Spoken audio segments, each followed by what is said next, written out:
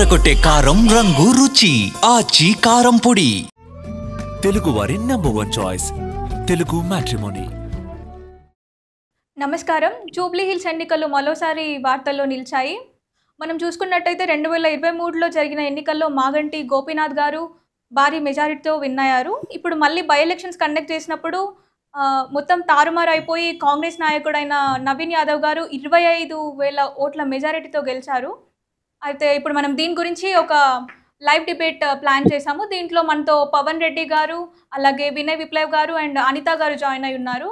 అయితే ఈ Jubilee hills ఎన్నికల్లో ఈ కాంగ్రెస్ గెలుపు అనేది కేవలం ఈ ఒక్క నియోజకవర్గానికి సంబంధించిందే అంటారా, లేదంటే రాష్ట్రం మొత్తం రేవంత్ రెడ్డి యొక్క పాలనని అంగీకరించింది, రేవంత్ రెడ్డికి బలాన్ని ఇచ్చిందంటారా?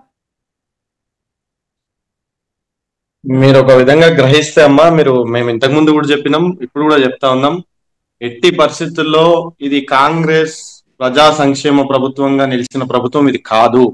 ఇవాళ కాంగ్రెస్ పార్టీ సాధించినటువంటి విజయం ఏదైతే ఉందో ఇది టోటల్ గా దొంగ ఓట్ల విజయంగా మేము భావిస్తా ఉన్నాం. ఇంతకు ముందు పలుమార్లు అనేక డిబేట్ లో కూడా చెప్పడం జరిగింది, అనేక ఇంటర్వ్యూస్ లో కూడా చెప్పడం జరిగింది. నేటికి కూడా అదే మాట కట్టుబడి ఉన్నాం. ఇది కాంగ్రెస్ అనే ఒక దుష్ట శక్తి ఇవాళ రాష్ట్రంలో ప్రజలను భయాంధ్రలో గురి చేసి మభ్యపెట్టి ఓటుకు 5,000 రూపాయలు పంచి, రైస్ కుక్కర్లు పంచి, మిక్సీలు పంచి, బట్టలు పంచి, మొగోళ్ళకేమో పంచలు పంచి, మా మహిళామణి సోదరులకు అందరికీ చీరలు పంచి, వాళ్ళు చేసినటువంటి దౌర్భాగ్యాలు, వాళ్ళు చేసినటువంటి భయాందోళనలు ఇవాళ అన్ని కావు. ఇవాళ వాళ్ళు ఏదో 25,000 మెజార్టీతో గెలిచినామంటే మేము విత్ ప్రూఫ్స్ తోని అన్ని ఆధారాలతో ఎలక్షన్ కమిషన్ ఆఫ్ ఇండియాకు, స్టేట్ ఎలక్షన్ కమిషన్లకు ఇస్తే ఇవాళ అదే స్టేట్ ఎలక్షన్ కమిషన్ ఇవాళ కాంగ్రెస్ పార్టీకి తొత్తుగా మారి ఒక జేబు సంస్థగా మారి ఇవాళ వాళ్ళకు ప్లస్ జరిగే విధంగా చేసినటువంటి కార్యక్రమం ఇవాళ స్టేట్ ఎలక్షన్ కమిషన్ చేసింది. ఇవాళ స్టేట్ ఎలక్షన్ కమిషన్ ఇవాళ కాంగ్రెస్ అభ్యర్థి కొట్లాడుతున్నటువంటి పరిస్థితి ఇవాళ తెలంగాణ రాష్ట్రంలో లేదు. ఇవాళ స్టేట్ ఎలక్షన్ కమిషన్ కు బీఆర్ఎస్ కు మధ్యలో ఓటింగ్ అయినటువంటి తప్ప ఎక్కడ కూడా కాంగ్రెస్ అభ్యర్థికో లేకపోతే కాంగ్రెస్ పార్టీకో జరిగినట్టుగా ఇవాళ ఈ ఎలక్షన్ జరగలే. ఎన్నోసార్లు ఓటింగ్ కన్నా ముందు కూడా మేము బోగస్ ఓట్ల వీడియో అన్ని కూడా తీసి మా హరీష్ రావు గారు, కేటీఆర్ గారు అందరు కూడా స్టేట్ ఎలక్షన్ కమిషన్ ను కలిసి వారికి కూడా అప్పజెప్పినటువంటి పరిస్థితుల్లో కూడా పూర్తి ఆధారాలతో, పూర్తి సాక్ష్యాలతో వారికి అప్పచెప్పినప్పటి సందర్భంలో కూడా ఈ రోజు వరకు కూడా ఇప్పుడు బహుశా రిజల్ట్ వచ్చి క్యాండిడేట్ విజయం సాధించిందని చెప్పినప్పటి వరకు కూడా ఇవాళ స్టేట్ ఎలక్షన్ కమిషన్ కానీ, కేంద్ర ఎన్నికల కమిషన్ కానీ ఎక్కడ కూడా వారిపైన చర్యలు కావచ్చు, వారిపైన అవి కావచ్చు తీసుకున్నటువంటి పరిస్థితి. ఇవాళ ఎట్లా ఉంది కాంగ్రెస్ రాజ్యం అనంటే గుండాగిరి నడుస్తా ఉన్నది. ఇవాళ ఎట్టి పరిస్థితుల్లో వాళ్ళు మాట్లాడుతున్నట్టు ఎట్టి పరిస్థితుల్లో ఎక్కడ కూడా ఫ్రీ అండ్ ఫెయిర్ ఎలక్షన్ జరగలేదు. ఇవాళ మీరు ఒకసారి గమనిస్తే మా తమ్ముడు వినయ్ గారికి తెలిసి ఉండొచ్చు, వారు అక్కడ అభ్యర్థికి సపోర్ట్ చేస్తూ, అస్మా గారికి సపోర్ట్ చేస్తూ ఫీల్డ్ లో ఉన్నారు కనుక మేము చెప్పాల్సిన పని లేదు, మరి కూడా చెప్పాల్సిన బాధ్యతగా చెప్తా ఉన్నా. ఇవాళ వాళ్ళు చేసినటువంటి దౌర్భాగ్యం అంతా ఇంత కాదు. ఇవాళ వాళ్ళు చేసినటువంటి దౌర్భాగ్యంగా వాళ్ళ ఎమ్మెల్యేలు స్వయాన వాళ్ళ 40 నుంచి 45 మంది ఎమ్మెల్యేలు ఇవాళ జూబ్లీ హిల్స్ లో ఒక ఆడపిల్ల మీద వాళ్ళ దౌర్జన్యం ఏంటో చూపించారు. ఇవాళ ఎంత నికృష్టం అంటే ఇవాళ మహిళను గౌరవించే మన రాష్ట్రంలో, మన దేశంలో ఇవాళ మహిళా అభ్యర్థి మీదకి యూసుఫ్ కూడా చెక్ పోస్ట్ దగ్గరలో ఉన్నటువంటి సవేరా ఫంక్షన్ హాల్ బూత్ లో చెప్పు చూపించినట్టు సంస్కృతి ఇవాళ కాంగ్రెస్ నాయకులది. ఇవాళ అదందరు ప్రజలు ఎవరు కూడా తెలంగాణ ప్రజలు దాన్ని మరవరు. ఇవాళ వాళ్ళు ఏదో జూబ్లీ హిల్స్ లో గెలిచినందుకు దాన్ని ఏదో మేము మ్యాండేట్ గా భావిస్తా ఉన్నాం, మాకు మొత్తం ఇక రాష్ట్రం మొత్తం మా పాలన మెచ్చుకుంటా ఉన్నారు అని వాళ్ళు భ్రమపడితే అది వాళ్ళ విఘ్నతకు వదిలేస్తా ఉన్నాం. ఇవాళ నిరుద్యోగులు చూస్తా ఉన్నారు, ప్రభుత్వ ఉద్యోగుల్లో చూస్తా ఉన్నారు. ఇవాళ మీరు ఒక చిన్న విషయం గమనించాలి. ఇవాళ మార్నింగ్ పోస్టల్ బ్యాలెట్ ఓట్లు 101 ఓట్లు పోలైనాయి. ఇవాళ డెఫినెట్ గా మనం ఒక ఉప ఎన్నిక వస్తే రాష్ట్ర ప్రభుత్వంలో ఏ పార్టీ ఉంటే ఆ పార్టీకి మధ్యలో కనుక ఉప ఎన్నిక వస్తే ఆ ఉప ఎన్నికల్లో ఆ ప్రభుత్వానికి అనుకూలంగా ఉంటాయి. ఆ పోస్టల్ బ్యాలెట్లు అనే ఓట్లు ప్రభుత్వానికి అనుకూలంగా ఉంటాయి. అదే మీరు జనరల్ ఎలక్షన్స్ కి వచ్చేసరికి ఆ పోస్టల్ బ్యాలెట్ యొక్క ఓట్లు ప్రభుత్వానికి వ్యతిరేకంగా ఉంటాయి. కానీ వాళ్ళు ఏం జరిగిందండి, 43 ఓట్లు బీఆర్ఎస్ పార్టీ అభ్యర్థికి వస్తే 47 ఓట్లు కాంగ్రెస్ పార్టీ అభ్యర్థికి వచ్చినాయి. అంటే కేవలం 3-4 ఓట్ల తేడాతో వాళ్ళ కాంగ్రెస్ పార్టీ ముందంజలో ఉంది. అంటే దీనికి మీరు ఒక్కసారి గమనించాల్సిన విషయం, ఇవాళ రాజకీయ విశ్లేషకులు కావచ్చు, మా మిత్రులు కావచ్చు, మీరు కావచ్చు, అందరూ కూడా గమనించాల్సిన విషయం ఏంటంటే ఇవాళ కాంగ్రెస్ పార్టీ ప్రభుత్వ ఉద్యోగులను కూడా ఎంత నయవంచన చేసిందో మీరు ఒకసారి గమనించాలి. అది ఒక్కసారి గమనిస్తే గనక మరి ఇప్పుడు మా జూబ్లీహిల్స్ ఉన్న ప్రజలే కావచ్చు, జూబ్లీహిల్స్ ఉన్న ప్రభుత్వ ఉద్యోగులే కావచ్చు, రాష్ట్రంలో ఉన్న ప్రభుత్వ ఉద్యోగులు కూడా ఇవాళ కాంగ్రెస్ పార్టీకి వ్యతిరేకంగా ఉన్నారనడానికి ఇవాళ పోస్టల్ బ్యాలెట్ల ఓట్లే నిదర్శనం. ఇవాళ అదే బీజేపీ పార్టీ ఉన్నది, ఇవాళ 11 ఓట్లు పోస్టల్ బ్యాలెట్ ఓట్లు వాళ్ళు సాధించడం జరిగింది, కేవలం 11 ఓట్లు. అంటే ఇవాళ బీజేపీ పార్టీని కూడా ప్రజలు నమ్మే పరిస్థితుల్లో లేరు అనేది ఇవాళ ఈ జూబ్లీహిల్స్ సమరం సాక్షిగా ఇవాళ తెలిసిపోయింది. ఇవాళ 39%, దాదాపు 39%, ఇవాళ ఏదో 25,000 మెజార్టీతో గెలిచిందని చెప్పుకుంటున్నటువంటి కాంగ్రెస్ నాయకులు ఒకటి గుర్తుపెట్టుకోవాలి. ఇవాళ ప్రధాన ప్రతిపక్షంగా ఉన్న బీఆర్ఎస్ పార్టీ ఇవాళ మేము సాధించినటువంటి ఓటు శాతం 39%. అంటే 39% ఒక ప్రధాన ప్రతిపక్షంగా ఉన్నటువంటి పార్టీ సాధించడం గొప్ప విషయం. ఇవాళ అది వాళ్ళు కళ్ళునేని కబోదులకు తెలియకపోవచ్చు, కానీ మా వరకైతే రాజకీయ విశ్లేషకుల ప్రకారం, మా పార్టీ పరంగా, అందరి పరంగా కూడా ఇది గొప్ప విషయంగా మేము భావిస్తా ఉన్నాం. ఇప్పటికి కూడా ఏం కాలే, ప్రజల పక్షాన ఉంటాం, ప్రజల తీర్పును శిరస వహించాల్సిన అవసరం మా మీద ఉంది. ప్రజలు ఏ నిర్ణయం తీసుకున్నా వారి నిర్ణయానికి కట్టుబడి ఉంటాం. రాబోయే జిహెచ్ఎంసీ ఎలక్షన్ లో మా దగ్గర ఏ లోపం జరిగింది, ఏ డివిజన్ లో ఏ లోపం జరిగింది, ఏ నాయకుడు వీక్ ఉన్నాడు, అక్కడ ఏ నాయకత్వాన్ని తీసుకురావాలనే దిశగా ముందుకు పోతాం. మా వర్కింగ్ ప్రెసిడెంట్ కేటీఆర్ గారి నాయకత్వంలో, హరీష్ రావు గారి నాయకత్వంలో, కేసీఆర్ గారి డైనమిజంలో అందరం కూడా ముందుకు పోయే ప్రయత్నం చేస్తాం ఇవాళ. ఓకే అండి, అయితే వినోద్ విప్లవ్ గారు, మీరు ఇండిపెండెంట్ అభ్యర్థి అస్మా గారికి సపోర్ట్ చేశారు కదా, అసలు ఈ ఎన్నికలపైన మీ స్పందన ఏంటి? ఈరోజు ఇండిపెండెంట్ నిరుద్యోగుల తరపు నుంచి సపోర్ట్ చేయడం జరిగింది. నా నామినేషన్ రద్దు చేశారు ఫస్ట్ రాష్ట్ర ప్రభుత్వం భయపడి. ఎందుకంటే కలకుర్తి నుంచి ఎమ్మెల్యే పోటీ చేసినప్పుడే నాకు 2 బ్యాలెట్ ఓట్స్ అండ్ మిగతావి ఈవీఎం మిషన్ లో 1111 ఓట్లు పడ్డాయి. ఈ రోజు ఆ భయాన్ని వాళ్ళు దృష్టిలో పెట్టుకొని నా నామినేషన్ రద్దు చేయడం జరిగింది. ఎందుకు రద్దు చేసిన అనేది కూడా ఈ రోజు మన ఏదైతే ఆర్ఓ గారు ఉన్నారో నాకు ఒక నోటీస్ కూడా కరెక్ట్ ఇవ్వలేదు. అంటే రాష్ట్ర ప్రభుత్వం ఎంత భయపడుతుంది, మా ఓట్లు జీలుతాయి, ఇలాంటి యువ నాయకులు వస్తే మేము భయపడతాం అనే భయంతో ఈ రోజు నా నామినేషన్ రద్దు చేయడం జరిగింది. నా నామినేషన్ రద్దు చేసినా కానీ ఒక అమ్మాయి మహిళ అని చెప్పేసి ఆమెకు నేను సపోర్ట్ చేయడం జరిగింది, అస్మా గారికి. ఈ రోజు ఎంతో ప్రచారం చేసినాం, డోర్ టు డోర్ చేసినాం. ఈ రోజు చూసుకుంటే కనుక జూబ్లీస్ ఎన్నికల్లో ఈ ఎలక్షన్ కమిషన్ ఏదైతే ఉన్నదో అది ఏజెంట్ కమిషన్ మాత్రమే పనిచేసింది. ఇలా నిజంగా రాజ్యాంగానికి లోబడి మాత్రం ప్రజాస్వామ్యబద్ధంగా ఈ రోజు జూబ్లీస్ ఉప ఎన్నిక జరగలేదు. ఇది రాష్ట్ర ప్రజలందరూ తెలుసుకోవాలి. ఎందుకంటే నేను లైవ్ లో ఉండి ప్రచారం చేసిన వ్యక్తిని, ఒక క్యాండిడేట్ సపోర్ట్ చేస్తూ డోర్ టు డోర్ క్యాంపెయిన్ చేసిన వ్యక్తిగా నేను చెప్తున్నాను. ఏదో ఒక విధంగా మాట్లాడి అనలైజ్ చేసి చెప్పట్లేదు. ఎందుకంటే ఈ రోజు పోలింగ్ బూత్ల దగ్గర చూసుకుంటే నిన్న ఎలక్షన్ లో ఏ వార్డులో ఎన్ని ఓట్లు ఉన్నాయి అనేది బయటికి రాకుండా జనాలు ఓట్లు వేస్తలేరు. అంటే రాష్ట్ర ప్రభుత్వం జనాలు ఏ విధంగా భయభ్రాంతకు గురి చేసి రావచ్చు ఇలాంటి పరిస్థితి. ఇంకొకటి, అక్కడ పోలింగ్ బూత్ లో ఏజెంట్లుగా కూర్చున్న వాళ్ళు ఎవరికి, ఇప్పుడు ఏజెంట్ అన్నప్పుడు ఎవరికి నచ్చినట్టు వాడు వేసుకుంటారు ప్రజాస్వామ్యం. అక్కడ కూర్చున్న వ్యక్తులు వాళ్ళ కళ్ళతోటి బెదిరియడం ఎంతవరకు కరెక్ట్? ఇదేనా ఎలక్షన్ కమిషన్ చేసే పనులు? అక్కడ ఏం చేస్తున్నారు, ఏజెంట్ కమిషన్ లాగా నిలబడ్డారు పోలీసు వాళ్ళు, ఎలక్షన్ సంబంధించిన ఆఫీసర్లు. ఈ రోజు ఇది మాత్రం చట్ట విరుద్ధమైనటువంటి ఉప ఎన్నిక. నేను ఈ దేశ పౌరుడిగా, రాష్ట్ర పౌరుడిగా నేను కోరుకునేది ఏంటంటే ఈ ఎలక్షన్ రద్దు చేసి మళ్ళీ ఎన్నికలు పెట్టాలని డిమాండ్ చేస్తున్నా. ఎందుకంటే రాజ్యాంగబద్ధంగా ఈ ఎన్నికలు జరగలేదు, ఇది 100% నిజం. కావాలంటే మీరు ఇంటర్పోల్ పెట్టండి, ప్రజలపైన ఒపీనియన్ తీసుకోండి, ఎవరైనా ఇది రద్దు చేద్దామంటారా లేకపోతే ఈ ఎన్నిక జరుగుదామని జనాలు ఒప్పుకుంటారా మీకే తెలుస్తుంది. నేను తీవ్రంగా ఖండిస్తున్నా. ఈ రోజు సరే మా నిరుద్యోగులు ఓడిపోయినా కానీ ఇంతో అంత ఓటు బ్యాంక్ సాధించిన, కానీ ఈ రోజు బీఆర్ఎస్ గెలిచే అవకాశం ఉన్నా కానీ ఇంత ఘోరంగా రిగ్గింగ్ చేసి ఓట్లు కొనడం, ఎమ్మెల్యేలు అక్కడ ఓట్లు వంచడం, కార్పొరేట్లు వంచడం, మీరు కొన్ని వీడియోలు చూడవచ్చు. ఈ రోజు 14 మంత్రులు కూడా ఇక్కడ ఎంత ఘోరమైన సిచ్యువేషన్ అంటే రాష్ట్రం అతలాకుతలమై ఒక విధంగా ఉంటుంటే వీళ్ళు మొత్తం జూబ్లీస్ లా గల్లీలా వండుకొని గల్లీలా తిరుగుకుంటూ జనాలను డైవర్ట్ చేయాలని ఎంత కుట్రపూరితంగా ఈ రోజు ఎలక్షన్ గెలిచారు. నేను తీవ్రంగా ఖండిస్తున్నా. ఇది ఇంకొకటి, రాష్ట్ర ప్రజలు రేపు వచ్చే ఎన్నికలలో ఈ ప్రభుత్వాన్ని ఓడగొడితే కనుక వీళ్ళకు బుద్ధి రాదు. ఎందుకంటే ఈ రోజు అపోజిషన్ ఉండొచ్చు, రూలింగ్ ఉండొచ్చు, ఇవాళ రూలింగ్ అపోజిషన్ ఉండొచ్చు, నాలా కొత్త వాళ్ళు రావచ్చు. రాజ్యాంగం అందరికి సమాన హక్కులు కల్పించింది. ఈ రోజు నీ చేతిలో ప్రభుత్వం ఉందని చెప్పేసి ఒక మహిళను, ఇప్పుడు నిజంగా చెప్పాలంటే సరే నేను ఒక దేశ పౌరుడిగా మాట్లాడుతున్నా, పార్టీ పరంగా కాదు, ఒక ఇండిపెండెంట్ క్యాండిడేట్. సునీత గారి పైన అట్లా చెప్పులు చూపించడం ఎంతవరకు కరెక్ట్? ఒక మహిళ పైన ఇదేనా మన సంస్కృతి సాంప్రదాయం నేర్పించింది? తెలంగాణ రాష్ట్రం అంటేనే ఆడపడుచులకు పునాది. ఎందుకంటే మనం ఇక్కడ ప్రతి ఒక్క ఆడపడుచు ఎవరైనా సరే మనం గౌరవించుకుంటాం. ఈ రోజు ఆమెను ఏం గౌరవించారు? పైల్వాన్గిరి చేసి పడేసి ఈ రోజు ఆమెను చాలా ఘోరంగా ఇన్సల్ట్ చేసిరు. అది కాకుండా సరే మీరు ఎట్లా గెలిచిరు ఏందనే జనాలకు తెలుసు, ఎంత రిగ్గింగ్ చేసిరు, ఎన్ని దొంగ ఓట్లు వేసిరు అనేది కూడా తెలుసు జనాలకు. అంత తిక్కలో ఏదో తెలివి తక్కువ వాళ్ళకి లేరు. రేపు వచ్చే ఎన్నికల్లో మాత్రం ఖచ్చితంగా చెప్తున్నాను, ఇలాంటి కుట్రపూరితమైన ప్రభుత్వాన్ని మాత్రం ఎంచుకోదని మాత్రం నేను ప్రజలకు దిశానిర్దేశం చేస్తున్నా. నా ఒపీనియన్ ఏంటంటే ఈరోజు ఒక పౌరుడిగా నాలాంటి ఆస్పిరెంట్లు యువత ముందరకు వస్తే రాకుండా నొక్కి పెట్టాలని ఇంటెలిజెన్స్ కాల్ చేసి ఎంతో భయభ్రాంతులకు గురి చేసినా కానీ నిలబడ్డా, అయినా నా నామినేషన్ రద్దు చేసిరు. దీంతో ఆగము, దీని ఒక ఎక్స్పీరియన్స్ లా తీసుకొని రేపు వచ్చే 28 అంటారు కదా, వాళ్ళు ఎవరు మన కాంగ్రెస్ వాళ్ళు తగ్గేదే లేదు, లేకపోతే బాయ్ ఆగయా, ఇవన్నీ కాదు. రేపు 28 మేమేందో చూపెడతాం, యూత్ పవర్ ఎట్లుంటుందో.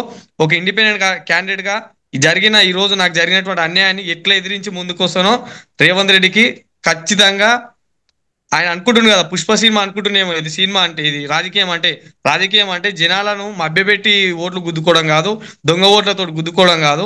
రాజకీయం అంటే జనాలను మెప్పించి అర్థమయ్యే రీతిలో ముందుకు తీసుకెళ్లి వాళ్ళ మనసును గెలుచుకొని ఓట్లు వేయించుకుంటే దాన్ని అంటారు రాజకీయం అని, అసలైన రాజకీయం. ఇలాంటి దొంగ రాజకీయాలు సినిమాలలో చూపెట్టినట్టే ఉంది ఈ రోజు కూడా. నేను హెచ్చరించేది ఏంటంటే రాష్ట్ర ప్రభుత్వాన్ని, సరే మీరు గెలిచిరు కదా, ఇప్పటికైనా మీరు ఈ జూబ్లీస్ లో ఉన్నటువంటి ప్రాబ్లమ్స్ కి సొల్యూషన్ వెతికి వాళ్ళకు న్యాయం చేయాలని ఈ రోజు ఆదాన్ మీడియా ద్వారా నేను నవీన్ యాదవ్ అన్నను కోరుకుంటున్నా. సరే ఈ రోజు ఎట్లా గెలిచినా ఏం గెలిచినా జనాలకు అంతిమంగా మంచి జరగాలనేదే మన లక్ష్యం. కనీసం ఆదరణ చేసి మీ పేరు నిలబెట్టుకోండి, మీ పైన నమ్మకం స్టడీ చేసుకోండి. నాకు తెలిసి ఇవన్నీ చేశారని కూడా నాకు నమ్మకం లేదు. ఈ జూబ్లీస్ లో ఉన్నటువంటి ఎస్సీ ఎస్టీ బీసీల ఇండ్లు కూలగొట్టకుండా, వాళ్ళకు ఇబ్బందులు కలగజేయకుండా, హైడ్రా అనేది క్రియేట్ చేయకుండా వాళ్ళను స్వేచ్ఛగా బతికేటట్టు చూడాలని రేవంత్ రెడ్డి ఘోరమైన ప్రభుత్వాన్ని నేను కోరుకుంటున్నా. ఓకే అండి. సో అనిత గారు, ఒక బీజేపీ కార్యకర్తగా మీరు చెప్పండి, మనం క్యాంపెయినింగ్ నుండి రిజల్ట్ వరకు ఎక్కడ చూసుకున్నా కూడా మనకు బీజేపీ అనేది అసలు సీన్లోనే లేదు. అంటే కావాలని గివప్ చేశారా ఎలా? అట్లేం లేదు మేడం. ఇక్కడ చూసుకున్నట్లయితే తెలంగాణలో జరిగినటువంటి ఈ ఉప ఎన్నికను చూసుకున్నట్లయితే నాకైతే అక్కడ పాత బస్తీలో ఎంఐఎం పార్టీ గెలుస్తుంది కదా, అట్లా అనిపించింది మేడం. మీరు చూసుకున్నట్లయితే బ్రదర్ వీడియో ఒకసారి ఇవ్వండి. అక్కడ ఓట్లు వేసిన వ్యక్తులే చెప్తున్నారు మనకు ప్రూఫ్స్ తో సహా. వాళ్ళే చెప్తున్నారు ఎట్లా ఒక్కొక్కరు 2 సార్లు ఓట్లు వేయడం ఏందని. ఇలాంటి ప్రూఫ్స్ ఉన్నాయండి ఈ రోజు.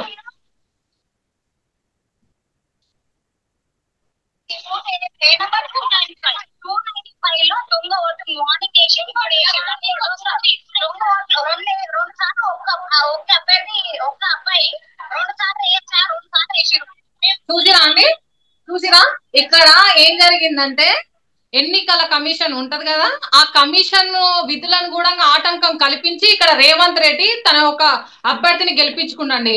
ఒక్కొక్కరంటే అక్కడ ఒక్కొక్క వ్యక్తికి 5,000 ఇచ్చి ఓట్లు వేయించుకున్నాండి.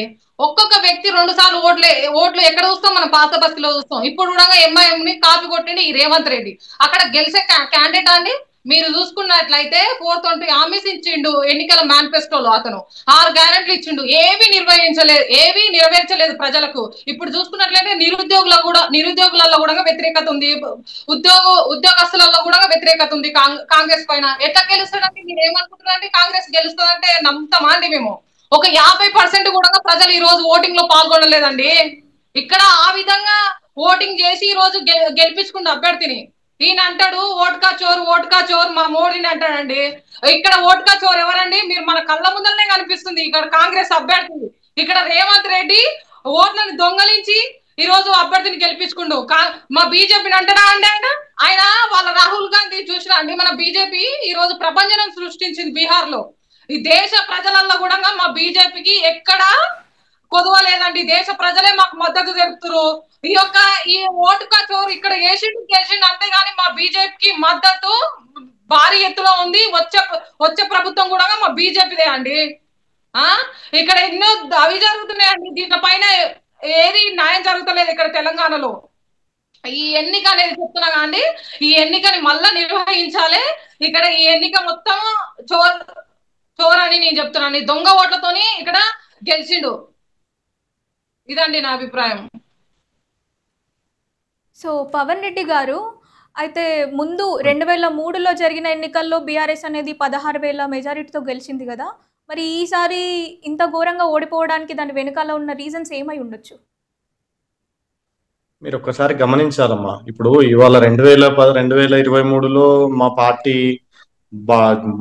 బీఆర్ఎస్ గ్రేటర్ హైదరాబాద్ మొత్తంలో కూడా బీఆర్ఎస్ పార్టీ ఒక సంచలనమైన విజయం నమోదు చేసింది. ఒక 15 స్థానాల్లో మా అభ్యర్థులందరూ కూడా విజయం సాధించారు. కానీ ఆ రోజు కనుక మేము రిగ్గింగ్ వీళ్ళలాగా చేసి ఉంటే, ఆ రోజు కనుక ఈ అసాంఘిక కార్యక్రమాలు మేము చేసి ఉంటే, ఇవాళ అటువంటి విజయం మాకు సొంతం అయ్యేది కాదు.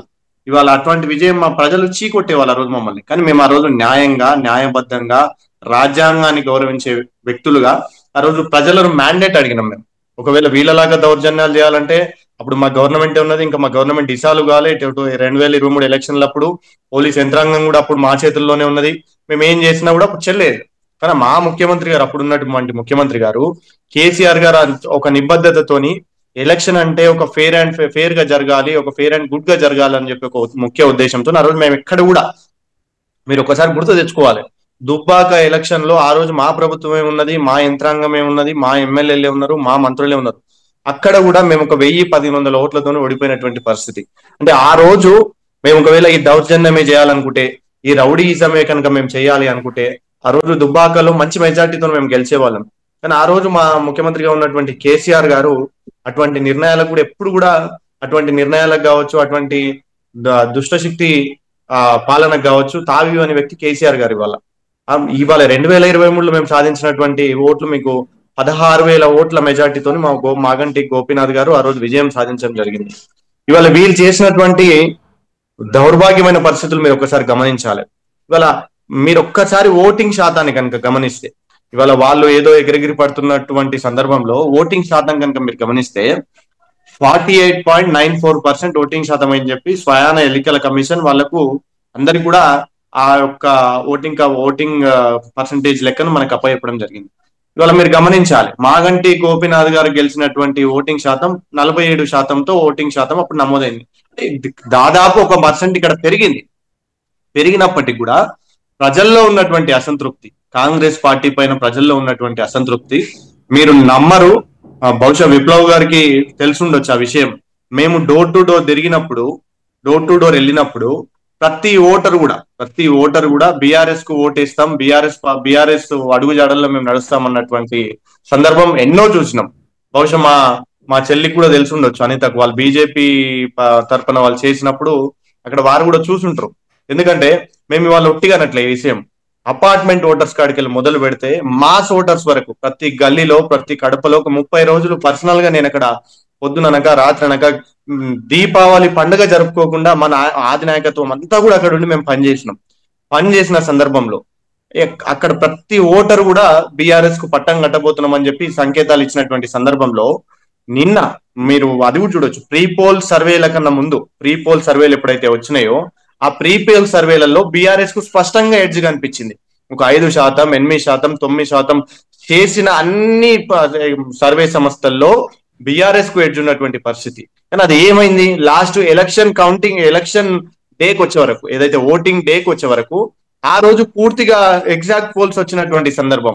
అంటే మీరు ఒక్కసారి అది కనుక గమనిస్తే మనం అనేక ఎగ్జిట్ పోల్స్ చూసినాం. ఇవాళ బీహార్ది చూసినాము, ఇంతకుముందు కర్ణాటక చూసినాము, స్వయాన మన తెలంగాణ రాష్ట్రందే చూసినాము. తెలంగాణ రాష్ట్రం 23 ఎన్నికల్లో మాకు ఎగ్జిట్ పోల్స్ వచ్చినవి. అంతకుముందు ప్రీ పోల్ సర్వేలు కూడా మా పార్టీకి అనుకూలంగా రాలే. ఆ రోజు కూడా బీఆర్ఎస్ ఓడిపోబోతుంది అని చెప్పినటువంటి సంస్థలే చాలా.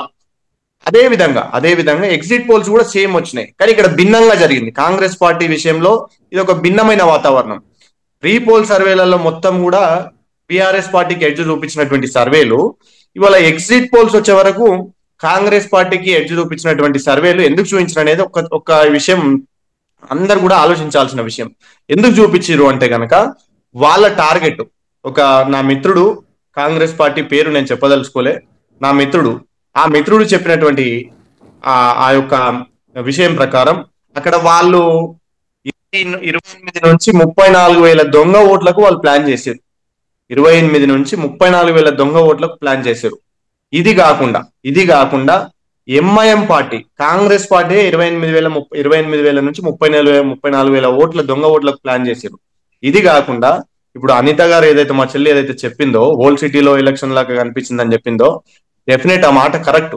ఎందుకంటే ఇవాళ ఎంఐఎం నాయకులు ఇవాళ ఇక్కడ పాత బస్తీల్లో ఎలక్షన్ ఏ విధంగా జరుగుతుంది అంటే వాళ్ళ పెత్తనం జరుగుతుంది, వాళ్ళ అరాచకాలు నడుస్తాయి, అంతా వారి ఇష్టానుసారంగా జరుగుతుంది.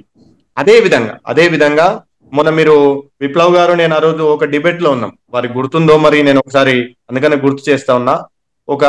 ఒక టీవీ సంస్థలో మేము డిబేట్ లో ఉన్నప్పుడు మహమ్మద్ కౌసుర్దీన్ అనే ఒక ఎమ్మెల్యే, ఎంఐఎం పార్టీ ఎమ్మెల్యే, మా ఏజెంట్, మా పోలింగ్ బూత్ ఏజెంట్లను, మా అభ్యర్థి, మా ఎమ్మెల్యేలను, ఎమ్మెల్సీలను అక్కడ నిలబడితే వారిని కూడా చంపేస్తామని చెప్పి బెదిరించి వారందరినీ కూడా బయటకు పంపించినటువంటి సందర్భం మనం చూసినాం. అంటే ఇవాళ మీరు ఒక్కసారి ఇక్కడ గుర్తు పెట్టుకోవాలి, ఇవాళ ఈ జరిగినటువంటి ఎన్నిక ఇవాళ కాంగ్రెస్ పార్టీకి బీఆర్ఎస్ పార్టీకి జరిగినటువంటి ఎన్నిక కాదు.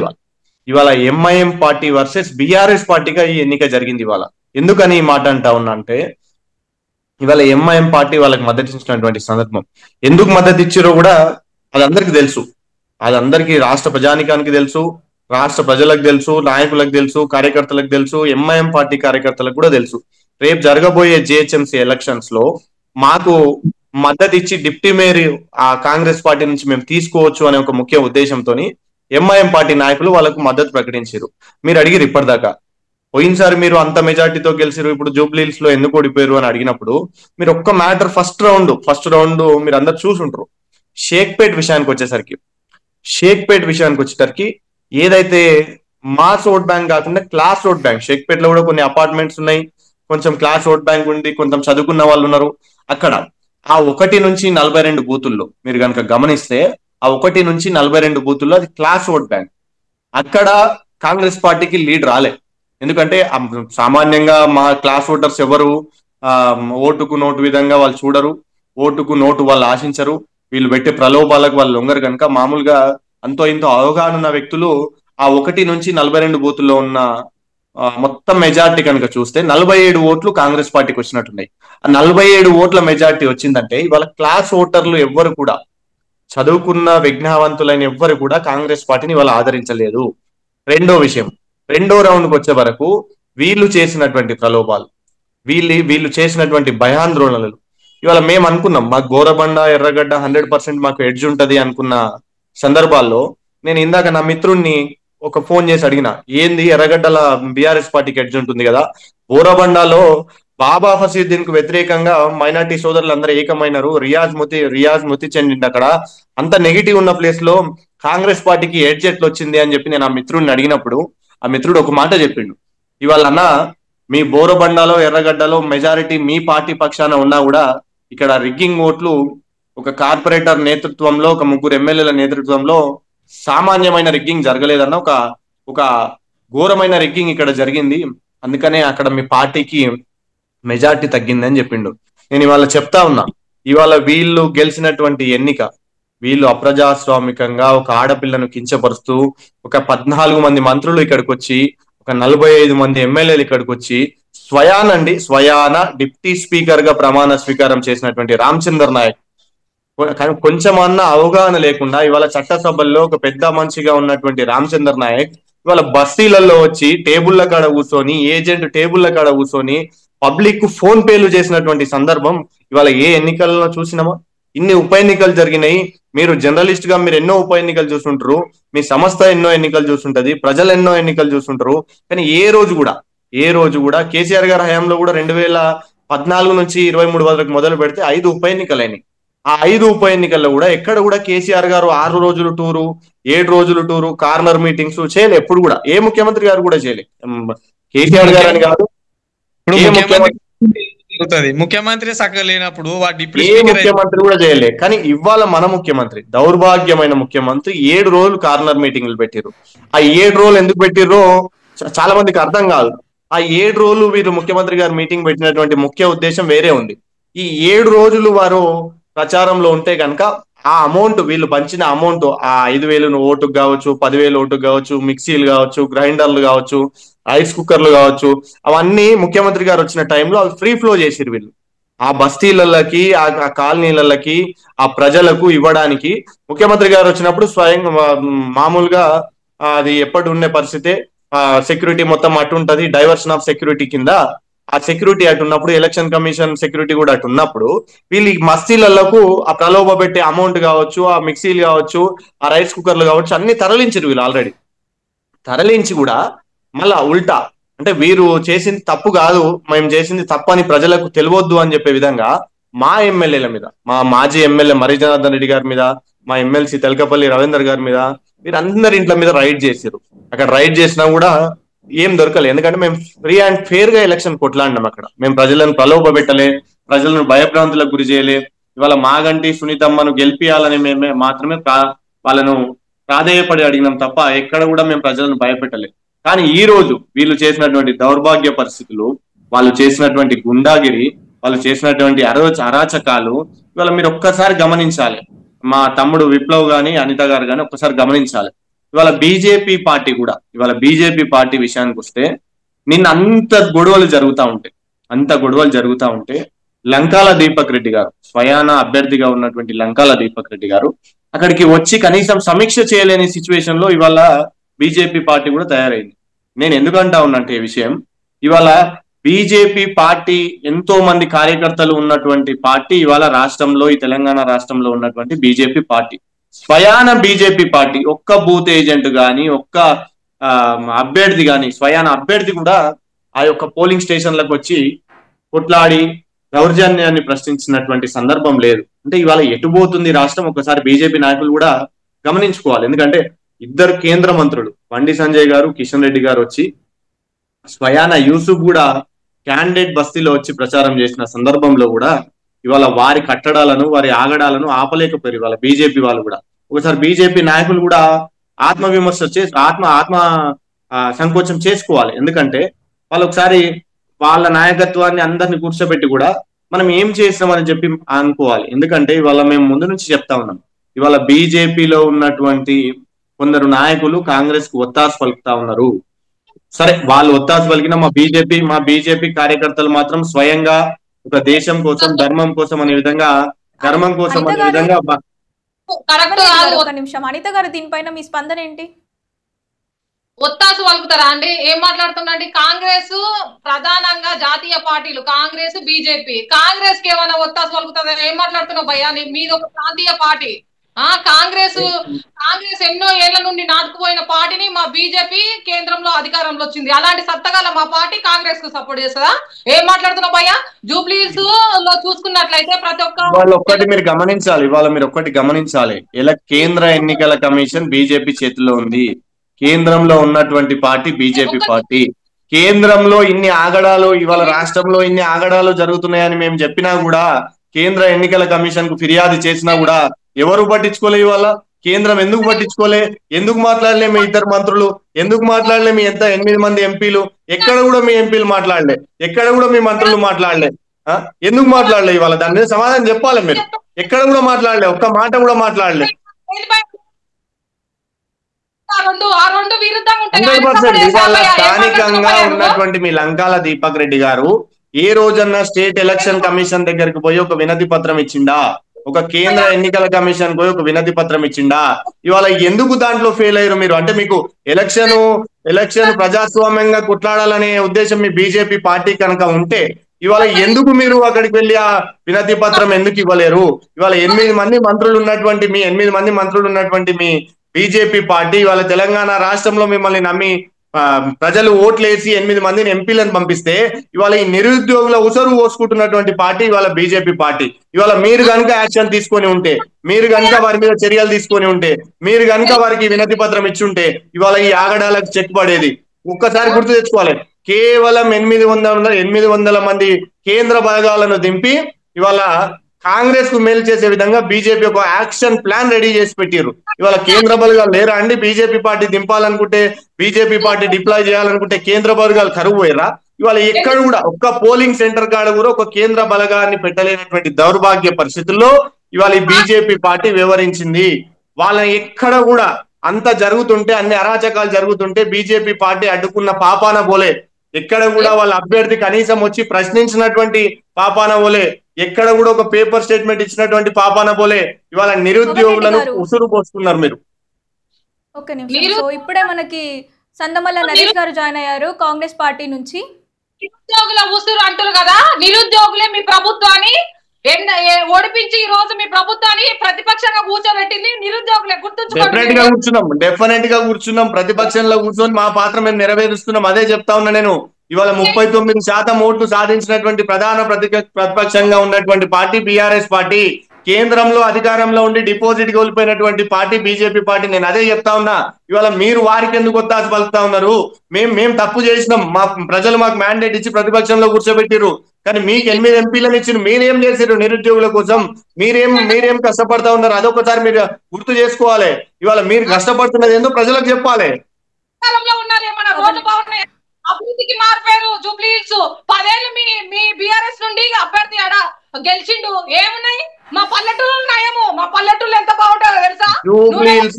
జూబ్లీ హిల్స్ లో అనిత గారు, పవన్ రెడ్డి గారు ఒక్క నిమిషం. అనిత గారు, లంకల దీపక్ గడ్డి పారిపోయిన ఫస్ట్ నుంచి కూడా నెగిటివ్ టాకే ఉంది. అసలు ఏ నమ్మకంతో ఆయన ఎన్నికల్లో నిలబెట్టారు? ఏ నమ్మకంతో అంటే ఒక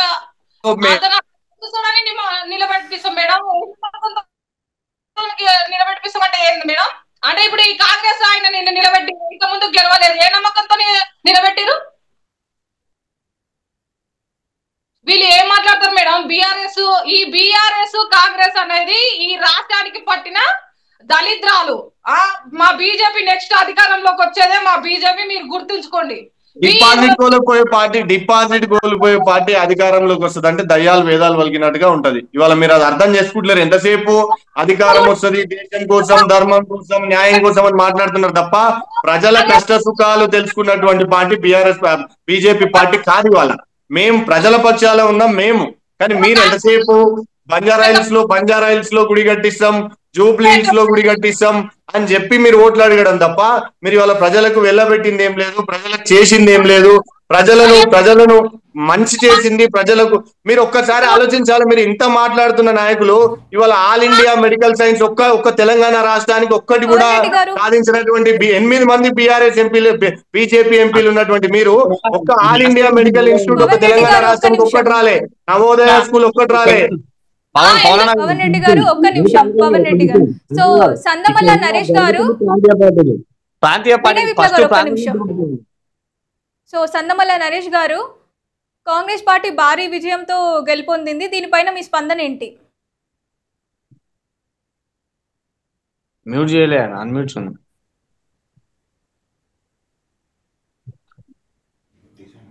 మ్యూట్ తీసేయండి నరేష్ గారు, మ్యూట్ లో ఉన్నారు.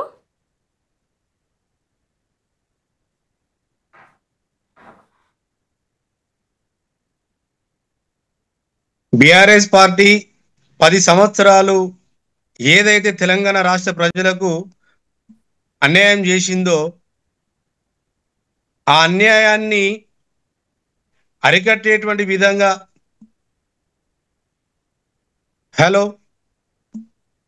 వినిపిస్తోంది, మాట్లాడండి. అరికట్టేటువంటి విధంగా ఈరోజు జూబ్లీ హిల్స్ ప్రజలు తీర్పిచ్చిర్రు.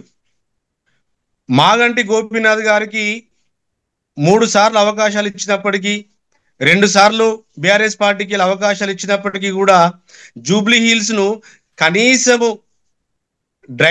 డ్రైనేజీ పక్కన ఉన్నటువంటి చెత్త కుప్పలను కూడా సాఫ్ చేయించినటువంటి దుర్భర పరిస్థితిలో అప్పుడున్నటువంటి ప్రభుత్వం ఏదైతే చేసిందో దాన్ని తిప్పికొట్టేటువంటి విధంగా ఈరోజు జూబ్లీ హిల్స్ ప్రజలు మాగంటి గోపీనాథ్ గారు కానీ వారి కుటుంబానికి కానీ ఏదైతే బీఆర్ఎస్ పార్టీ అనుసరిస్తున్నటువంటి అబద్ధపు ప్రచారాలను తిప్పికొట్టడానికి, వారి మోసపూరితటువంటి అబద్ధాలను తిప్పికొట్టేటువంటి విధంగా ఈరోజు జూబ్లీ హిల్స్ ప్రజలు తీర్పిచ్చి నవీన్ యాదవ్ గారిని భారీ మెజారిటీతో 25,000 పైచీలకు మెజారిటీతో గెలుపొందించడం జరిగింది. ఇది బీఆర్ఎస్ పార్టీకి, భారతీయ జనతా పార్టీకి ఒక చెంపపిట్ట అని చెప్పేసి తెలియజేస్తా ఉన్నా.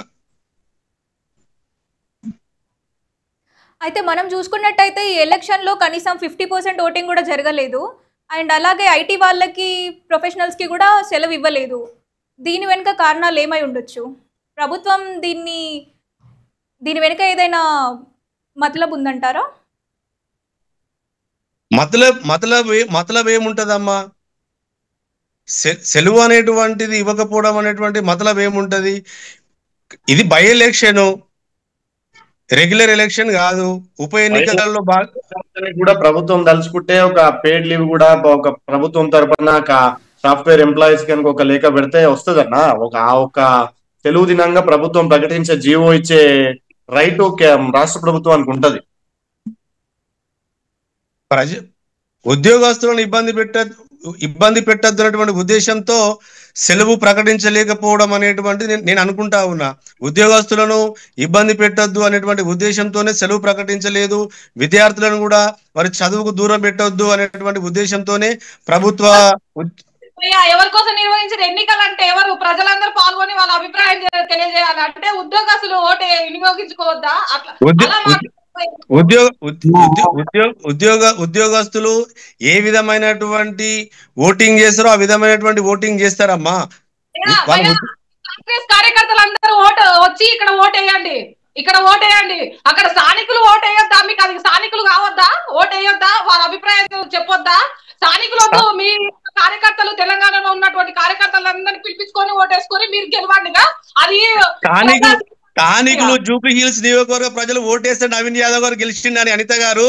స్థానికులు ఓటేస్తేనే, జూబ్లీ హిల్స్ ప్రజలు ఓటర్లు ఓటేస్తేనే నవీన్ యాదవ్ గారు గెలిచిర్రు. ఒక సెలవు ఇయ్యడానికి దొంగోట్లు వేసుకోనా అన్న? కనీసం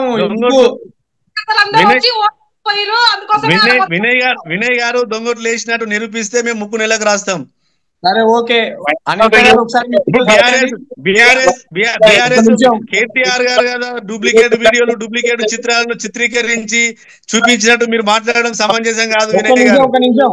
సరే, నేను అబద్ధం చెప్తున్నా కదా, ఇప్పుడు నేను వీడియో చూపెడతా, దానికి మీ సమాధానం ఏముంటదన్న? వీడియోలు ఎక్కడెక్కడికో 2022, 2023 పాత వీడియోలు ప్రచారం చేస్తా ఉంది సోషల్ మీడియాలో. 2023లో కాంగ్రెస్ 2022లో జూబ్లీ హిల్స్ లో చేసినటువంటి సర్వేను, 2022లో చేసినటువంటి సర్వేను పట్టుకొని 2025 ఉప ఎన్నికల్లో సర్వే చేసినట్టుగా చిత్రీకరించారు. కేటీఆర్ గారు నోరు తెరిస్తే అబద్ధమే. బండి సంజయ్ గారు కిషన్ రెడ్డి గారు నోరు తెరిస్తే అబద్ధమే. బీజేపీ బీఆర్ఎస్ ఎట్లుంటది అంటే నువ్వు కొట్టినట్టు చేయని నేర్చినట్టు చేస్తానంటే చూస్తానా?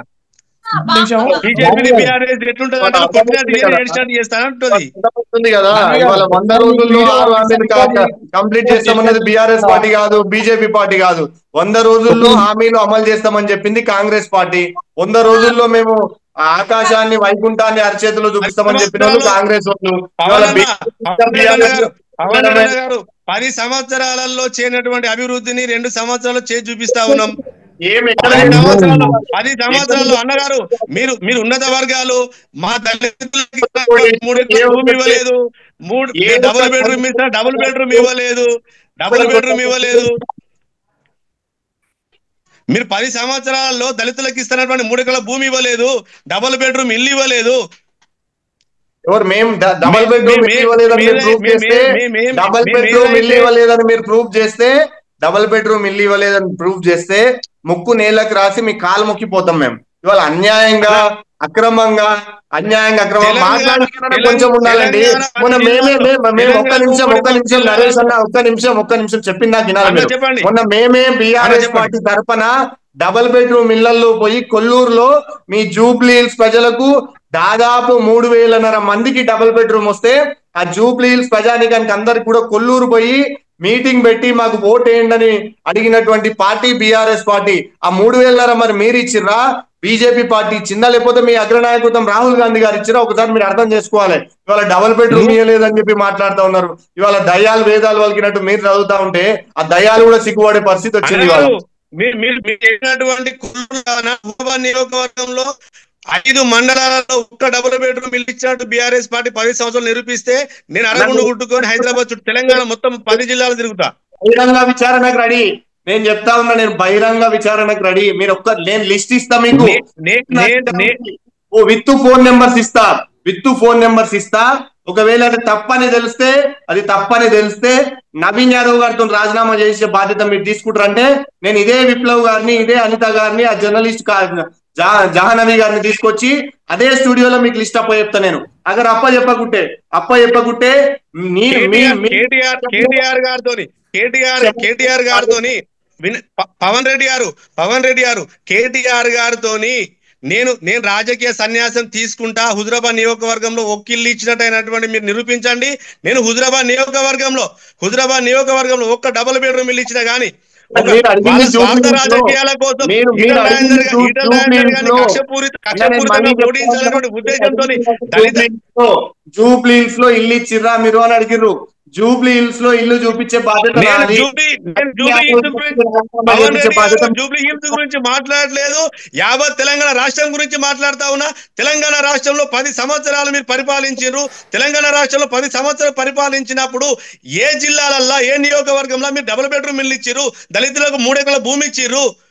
మీరు నిరుద్యోగ భృతి ఇస్తానా, నిరుద్యోగ భృతి ఇవ్వలేదు. సన్న బియ్యం ఇస్తా అని చెప్పి సన్న బియ్యం ఎగ్గొట్టిరు. నెల రోజులు సన్న బియ్యం ఇవ్వలేదు. ఈ రోజు మా ప్రభుత్వం వచ్చినటువంటి 2 సంవత్సరాలు సన్న బియ్యం ఇస్తున్నాము. చెప్పినటువంటి దౌర్భాగ్య ప్రభుత్వం ఇవాళ కాంగ్రెస్ ప్రభుత్వం. ప్రైవేట్ కాలేజీలలో తాళాలు వేసుకొని రోడ్డు మీద పిల్లలు ధర్నాలు చేస్తుంటే వాళ్ళను అడిగేటోళ్ళు లేడు. ఇవాళ పురుగులన్నం పెట్టి బీసీ హాస్టల్లో ఉన్నటువంటి విద్యార్థులను ప్రాణాల మీదకి తెచ్చి ఇప్పటి వరకు 32 సార్లు గుర్తించినటువంటి దౌర్భాగ్య ప్రభుత్వం ఇవాళ కాంగ్రెస్ ప్రభుత్వం. మీరు విద్యార్థుల గురించి మాట్లాడతారేమన్నా? మీరు విద్యార్థుల గురించి మాట్లాడతారు. ప్రైవేట్ కళాశాల యాజమాన్యాలకు, యూనివర్సిటీ యాజమాన్యాలకు ఈ తెలుగు రాష్ట్రాలలో ఒక ముఖ్యమంత్రి అయినా వార్నింగ్ ఇచ్చి ఫీజులు అధికంగా వసూలు చేస్తే తోలు తీస్తా అని చెప్పి ముఖ్యమంత్రి గారు ఒక రేవంత్ రెడ్డి గారు తప్ప మీరు ప్రైవేట్ జూనియర్ కాలేజ్ దగ్గర నుంచి, డిగ్రీ కాలేజ్ దగ్గర నుంచి, యూనివర్సిటీ దగ్గర డబ్బులు వసూలు చేసే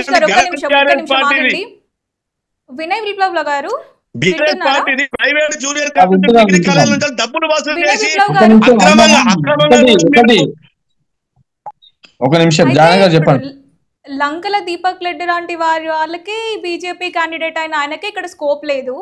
అసలు ఇండిపెండెంట్ క్యాండిడేట్ గా మీరు ఎందుకు నిలబడ్డారు? అంటే ఓట్లు చీల్చడానికేనా? ఓట్లు చీల్చడానికే కాదు మేడం. ఈ రోజు కాంగ్రెస్ ప్రభుత్వం నిరుద్యోగులకు ఇచ్చిన మాట, ప్రజలకు ఇచ్చినటువంటి 6 హామీలు ఏవైతున్నాయో అది నెరవేర్చే దిశలో ఫెయిల్ అయిందని చెప్పేసి వీళ్ళు ఇప్పటికీ జనాలను ఇప్పుడు సరే అధికారం ఇచ్చినాకన్నా 2 సంవత్సరాలు అయింది, చేస్తున్న హామీలు ఏవైతున్నాయో దాన్ని వీళ్ళు ఇంప్లిమెంట్ చేయకుండా మభ్య పెట్టుకుంటూ డైవర్ట్ చేసుకుంటూ ఊర్లలో సర్పంచ్ ఎలక్షన్ జరగకుండా, జెడ్పీ జరగకుండా, ఎంపీటీ జరగకుండా, ఎంపీపీ జరగకుండా మళ్ళీ వీళ్ళు ఏదైతే 2500 పింఛన్ 2000 నుంచి 4000 ఇస్తున్నారు అది ఇవ్వకుండా, నిరుద్యోగ భృతి ఇవ్వకుండా, మహిళలకు ఇస్తున్నటువంటి 2500 కానీ, ఇది ఒంటరి మహిళలకు ఇస్తున్నాయి కానీ, రైతులకు రుణమాఫీ అన్నారు. మొత్తానికి రుణమాఫీ జరగలేదు, కొద్ది అక్కడక్కడ జరిగింది, మొత్తానికి రాష్ట్రంలో ఉన్న రైతులకు జరగలేదు. ఇంకో నిరుద్యోగులని జాబ్ క్యాలెండర్ అని చెప్పేసి ఒకటి రిలీజ్ చేసి 10 సంవత్సరం ఆ డేట్ లో కనుక కనీసం ఆ ఇచ్చిన జాబ్ క్యాలెండర్ ప్రకారం నోటిఫికేషన్ ఇస్తారంటే అది లేకుండా ఇవన్నీ చేసిరు కాబట్టి చూస్తున్నాం కాబట్టి అవి జీర్ణించుకోలేక ఇవన్నీ మాట్లాడేటోళ్ళు మనమే రావాలి చదువుకున్నానని ముందడిగేయాలని చెప్పేసి నేను 2023లో గత ప్రభుత్వం బీఆర్ఎస్ పైన వ్యతిరేకంగా నేను పోటీ చేయడం జరిగింది. అప్పుడు బీఆర్ఎస్ నొడగొట్టడం జరిగింది. ఇప్పుడు కాంగ్రెస్ నొడగొట్టడానికి కాంగ్రెస్ కు చేసిన అరాచకాలు తెలియాలని చెప్పేసి జూబ్లీస్ లో నేను పెరిగిన ప్రాంతం అయినటువంటి యూసుఫ్గూడలో పోటీ చేయడం జరిగింది. ఈరోజు జూబ్లీస్ లో ఈ రోజు గనక కాంగ్రెస్ ప్రభుత్వం చిత్తశుద్ధి అనేది ఉంటే ఇప్పుడు జూబ్లీస్ ప్రజలకు ఏదైతే ఇచ్చారో ఆ హామీలను నెరవేర్చండి. సరే ఎలా గెలిచారు అనేది ప్రజలకు తెలుసు, ప్రభుత్వానికి తెలుసు, అందరికీ తెలుసు. మీకు కూడా తెలుసు అన్న నరేష్ అన్న, మీకు కూడా తెలుసు రిగ్గింగ్ జరిగిందా లేదా, లేకపోతే మీరు అంటున్నారు ప్రూఫ్ కావాలని. ఏ ప్రూఫ్? వినయ్ విప్లవ్ గారు పోటీ చేసి బీఆర్ఎస్ పార్టీని ఓడగొట్టిన, నేను పోటీ చేసిన బీఆర్ఎస్ పార్టీ ఓడిపోయింది. ఇప్పుడు కాంగ్రెస్ పార్టీ పథకాలు అమలు చేస్తలేదు కాబట్టి నేను పోటీ చేసి ఓడిద్దాం అనుకున్నాను. మీకు పోలేనటువంటి ఓట్లు చెప్తే బాగుంటుంది అని చెప్పేసి నేను ఆశిస్తా ఉన్నా. పోలేని ఓట్లేని, మీకు చెప్పిన ఓట్లేని, మీరు కనీసం మీతో జిందాబాద్ కొట్టాలి, మీకు ఓటేసిరా? వ్యతిరేకత మరి కనీసం మీతో నలుగురైనా జిందాబాద్, మీ వినయ్ అన్న జిందాబాద్ కొట్టినటువంటి వాళ్ళు మీకు ఓటేసిరని అడుగుతా ఉన్నా నేను. సమాధానం చెప్పండి. కాదు మీరు కల్వకుర్తికి వచ్చి చూడండి, నేను నాకు ఎన్ని జిందాబాద్ వాడతానని మీకు తెలుస్తుంది. మీరు జూబ్లీహిల్స్ లో పోటీ చేసిండ్రు వినయ్ అన్న, మీరు జూబ్లీహిల్స్ లో పోటీ చేసిండ్రు, మీతో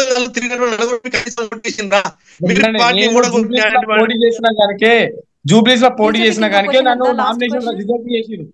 నామినేషన్ రిజెక్ట్ చేసిర్రు. ఆర్ఓ గారు నన్ను బెదిరించిర్రు. అన్న అంటే వినిపిస్తుందా? నామినేషన్ అంటే మీ నామినేషన్ ఫామ్ కూడా మీరు సరిగా ఫిల్అప్ చేయలేనటువంటి పరిస్థితుల్లో మీరు ఉన్నారు. తెలంగాణ ప్రజలకు మీరు మీరు ఏం నా నామినేషన్ రిజెక్ట్ చేసిరు కదా, మీ నామినేషన్ ఫామ్ కూడా మీరు సరిగా నింపుకునేటువంటి పరిస్థితుల్లో మీరు ఉన్నప్పుడు తెలంగాణ ప్రజలకు మీరు ఏం న్యాయం చేస్తారు? మీరు ఏం మెసేజ్ ఇస్తారు? ప్రభుత్వం మొత్తం మీ చేతిలో పెట్టుకుంటే కాదు. ప్రభుత్వం, కాంగ్రెస్ ప్రభుత్వం ఎలక్షన్ కమిషన్ కొనేసి ఆర్ఓకి డబ్బులు ఇచ్చి, ఏఆర్ఓకి డబ్బులు ఇచ్చి మీ చేతిలో పెట్టుకుంటే నాలాంటి యువకుడు ప్రభుత్వానికి లోబడి ఈ రోజు ఉప ఎన్నిక, జూబ్లీస్ ఉప ఎన్నిక జరిగింది. కానీ ప్రభుత్వానికి అధికారులు లోబడి పనిచేస్తే వాళ్ళ మాగంటి సునీత గారి ఏదైతే హలో చెప్పండి మీరైతే నామినేషన్ వేసిరు, నా నామినేషన్ ఫాము తిరస్కరించారు అంటున్నారు. గవర్నమెంట్ లోబడి అధికారులు పనిచేస్తే మాగంటి సునీత గారి నామినేషన్ పత్రం కూడా అయిపోతుండే కదా. అవునవును, ఆమె ఎట్లా రిజెక్ట్ చేయాలని చెప్పేసి వాళ్ళకి ఇద్దరు భార్యలు ఎట్లా రిజెక్ట్ చేయాలని లాస్ట్ వరకు ఆమెను కూడా హోల్డ్ చేసి పెట్టిరు. తప్పనిసరి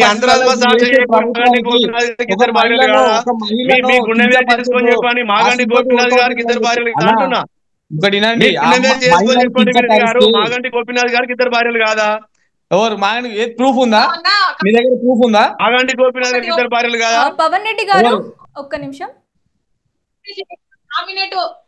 నామినేషన్ కన్క్లూజన్ ఏంటి దీని గురించి? మేడం, మేము ముందు నుంచి చెప్తా ఉన్నాం, మళ్ళీ ఇప్పుడు చెప్తా ఉన్నా. నేను నరేష్ అన్నకు గెలిచిన ఉత్సాహంలో ఏదో మాట్లాడుతున్నట్టున్నాడు. సరే, వాళ్ళు అదే ఉత్సాహంతో ఉండమనండి, రేపు జిహెచ్ఎంసీ ఎలక్షన్ లో ప్రజలు ఏ విధంగా కర్రకాల్చి వాద పెడతారో చూడబోతున్నాం. రేపు జిహెచ్ఎంసీ ఎలక్షన్ల కన్నా ముందు వాళ్ళు స్థానిక సంస్థల ఎన్నికలకు పోవాలి, అది మర్చిపోతున్నారు. నరేష్ అన్న గారికి నేను మళ్ళీ చెప్తా ఉన్నా, మీరు రేపు పోయేది స్థానిక సంస్థల ఎన్నికలకు. గడిచినటువంటి 2 సంవత్సరాల్లోనే ఏదైతే పథకాలు ఇంప్లిమెంటేషన్ చేస్తానమో ఆ పథకాలకు ప్రజలు ఆకర్షితులైనరు. కాంగ్రెస్ ప్రభుత్వం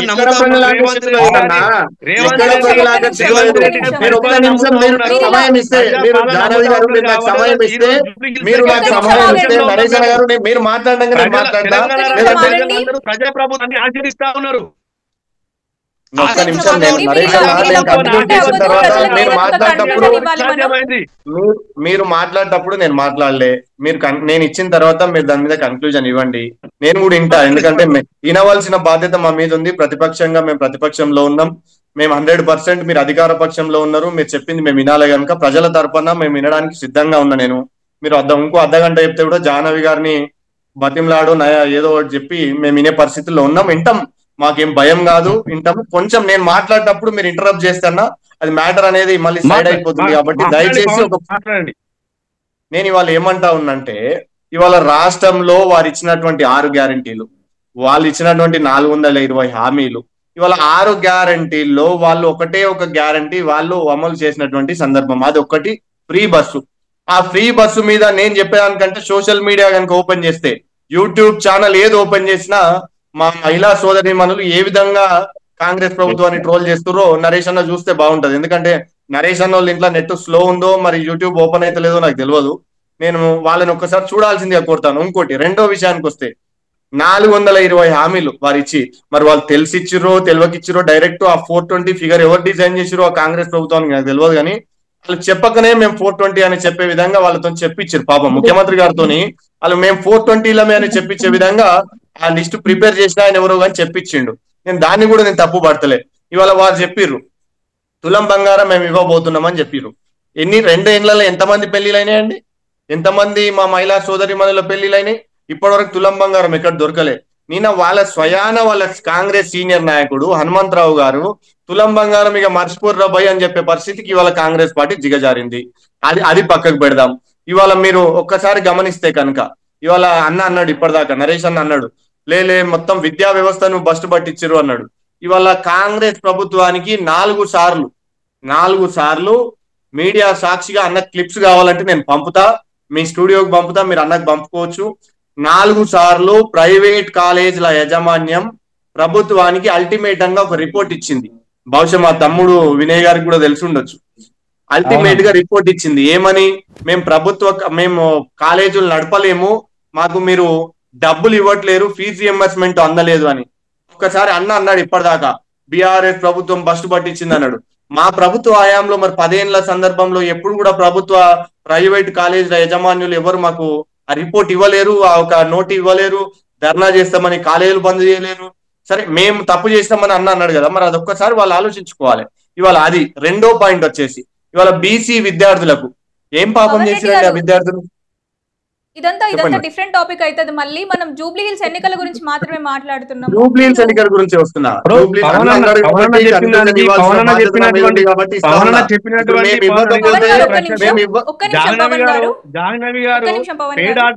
పేడ్ ఆర్టిస్టులను తీసుకొచ్చి బస్సులలో ఎక్కించేసి ట్రోల్స్ చేయించేటువంటి విధంగా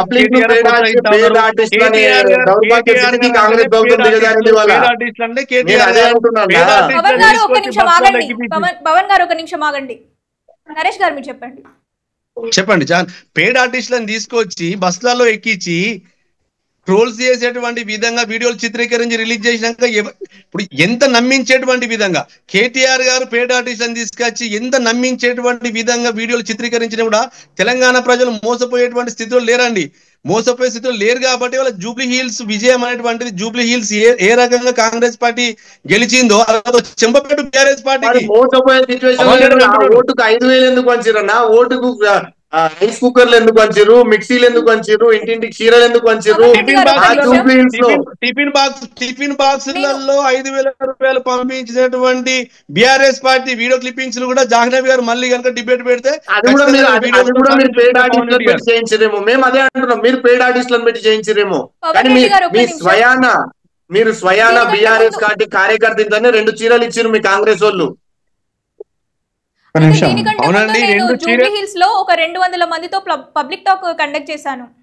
సో అంటే నేను ఈ విజువల్స్ బయటకు తీసుకురాలేదు, కానీ బీఆర్ఎస్ పార్టీ 2,500 ఇచ్చినట్టు, కాంగ్రెస్ పార్టీ 3,000 ఇచ్చినట్టుగా ఇన్ఫర్మేషన్ ఉంది. మరి దీని మీద మీ స్పందన ఏంటి? మేము ఎక్కడ కూడా మళ్ళీ ఇంతకు ముందు చెప్పినాం, ఇప్పుడు కూడా చెప్తా ఉన్నాం, మేము ప్రజలను ప్రలోభ పెట్టే అవసరం మాకు లేదు. ఇవాళ కాంగ్రెస్ పార్టీ మీద ప్రజలందరూ కూడా విసిగిపోయి ఉన్నారు. ఇవాళ మీరు ఒక్క విషయం ఆలోచించారు. విసిగిపోతే కాంగ్రెస్ పార్టీ 34,000 వేసిరన్నా, ఈ 34,000 వేపించి 25,000 మెజారిటీ 9,000 ప్రచారం చేసినటువంటి బీఆర్ఎస్ పార్టీ యువ నాయకులు అందరూ హుజరాబాద్ పవన్ గారు ఒక్క నిమిషం. పాడి కౌశిక్ రెడ్డి గారు ఆధ్వర్యంలో యూసుఫ్ కూడా బస్సులో ప్రచారం చేసినటువంటి బీఆర్ఎస్ యువజన వినండి, నన్ను నా మాట వినండి. పవన్ రెడ్డి అన్న నా మాట వినండి అన్నా. పాడి కౌశిక్ రెడ్డి గారి ఆధ్వర్యంలో ఎవరైతే యువకులు పనిచేసిండ్రో ఆ పనిచేసిన వ్యక్తులు పైసలు నీకింత మిగిలే అని చెప్పి హుజరాబాద్లో కొట్టుకుంటున్నారా అన్న? అవన్నీ బయట మీకు మళ్ళీ జాగ్రత్త. మీరు పైసలు పంచలేదు అంటున్నారు, రిగ్గింగ్ జరిగింది అంటున్నారు. మరి పాడి కౌశిక్ రెడ్డి గారి ఆధ్వర్యంలో పనిచేసిన యువకులందరూ ఎందుకు కొట్టుకుంటున్నారు? ఎందుకు వాళ్ళు కూడా పేడ్ ఆర్టిస్టులు కావచ్చు, మరి మాకేం తెలుసు అన్న విషయము? అరే పాడి కౌశిక్ రెడ్డి గారు తన సొంత మనిషి యాసిన్ అని చెప్పేసి వీణవంక మళ్ళీ సంబంధించిన వ్యక్తిని చాయ్ పే చేర్చాలని పెట్టిండు. ఎంత దుర్మార్గం అండి, ఎంత దుర్మార్గం. పాడి కౌశిక్ రెడ్డి క్లారిటీ ఇస్తాం మీకు. 100% పాడి కౌశిక్ రెడ్డి గారు అక్కడ కూర్చున్నప్పుడు ఆ యాసిన్ అనే వ్యక్తి పాడి కౌశిక్ రెడ్డి గారి వెంట ఒక ప్రచారానికి వచ్చినటువంటి సందర్భంలో అక్కడ కూర్చున్నాడు. తప్పేముంది అందులో? ఒక పక్కకు కూర్చున్న వ్యక్తి అయితే జూబ్లీ హిల్స్ కాన్స్టిట్యుయెన్సీకి సంబంధించిన వ్యక్తే కదా. మీరు ఆ యాసిన్ నే ఎందుకు పాయింట్అవుట్ చేస్తున్నారు? ఇవాళ ఆ జూబ్లీ హిల్స్ లో ఉన్నటువంటి ఆ వ్యక్తిని ఎందుకు పాయింట్అవుట్ చేయట్లేరు? అంటే మీకు ఏమన్నా మీకు ఇవాళ కావాలి? పవన్ రెడ్డి నేను యాసిన్ నాకు 20 సంవత్సరాల మిత్రుడు. యాసిన్ తో కూర్చున్నటువంటి మిత్రులందరితో నేను మళ్ళీ నెక్స్ట్ ఏదైతే ఇప్పుడు జాహ్నవి గారు మళ్ళీ డిబేట్ పెడతారో ఆ డిబేట్ లో నేను యాసిన్ గారితో మాట్లాడిపిస్తా. ఎంత స్క్రిప్టెడ్ స్టోరీ. కౌశిక్ రెడ్డి గారితో నేను 10 సంవత్సరాలు పనిచేసినండి. నేను బీఆర్ఎస్ పార్టీలో పనిచేసి బీఆర్ఎస్ పార్టీ బయటకు వచ్చినటువంటి వ్యక్తిని. నేను బీఆర్ఎస్ పార్టీలో ఈటల గారితో తిరిగిన వ్యక్తిని. బీఆర్ఎస్ ఇప్పుడు ఒక్క నిమిషం పవన్ రెడ్డి గారు నరేష్ గారు, బీఆర్ఎస్ అనిత పార్టీలో గారు పనిచేసి బయటకు వచ్చిన వ్యక్తినండి. బీఆర్ఎస్ పార్టీ ఎంత స్క్రిప్టెడ్ వర్క్ చేస్తుంది, ఎంత స్క్రిప్ట్ చేస్తారు, ఎన్ని రోజుల ముందు నుంచి ఎలాంటి కథలు అల్లుతుంది అనేటువంటిది నాకు మొత్తం క్లుప్తంగా తెలుసు అండి. పాడి కౌశిక్ రెడ్డి అనేటంతో నేను 10 సంవత్సరాలు పనిచేసిన వైఎస్ఆర్సీపీల కంటే ముందు నుంచి. పాడి కౌశిక్ రెడ్డి పనిచేసినప్పుడు కాంగ్రెస్ పార్టీ కూడా 100 హామీల గురించి 100 రోజుల హామీలు అమలు చేసినప్పుడు మీరు నిబద్ధత కలిగిన రాజకీయ నాయకుడిగా మీరు ఎదగాలనుకుంటే 100% మీరు కాంగ్రెస్ పార్టీకి రాజీనామా చేయాలి. ఎందుకంటే వాళ్ళు ఇచ్చినటువంటి బాండ్ పేపర్లు, వాళ్ళు ఇచ్చినటువంటి గ్యారంటీ కార్డులు అన్ని ఫెయిల్ అయినాయి. మీకు నిబద్ధత ఉంటే మీరు రాజకీయ నాయకుడిగా మరీ ఎదగాలి, రేపు పొద్దుగాల ఎమ్మెల్యే కావాలంటే మీరు తక్షణమే కాంగ్రెస్ పార్టీకి రాజీనామా చేయాలి. ప్రజలకు ఒక్క నిమిషం అయితే అనిత గారు, బీజేపీ పర్ఫార్మెన్స్ కాదు, ఫైట్ కాదు, అసలు సీన్లనే లేదు కంప్లీట్ గా. అసలు 10% ఓట్ కూడా రాలేదు. అసలు ఏంటి కారణం ఏంటి? అసలు మీ డ్రాబ్యాక్స్ ఏమై ఉండొచ్చు? కాంగ్రెస్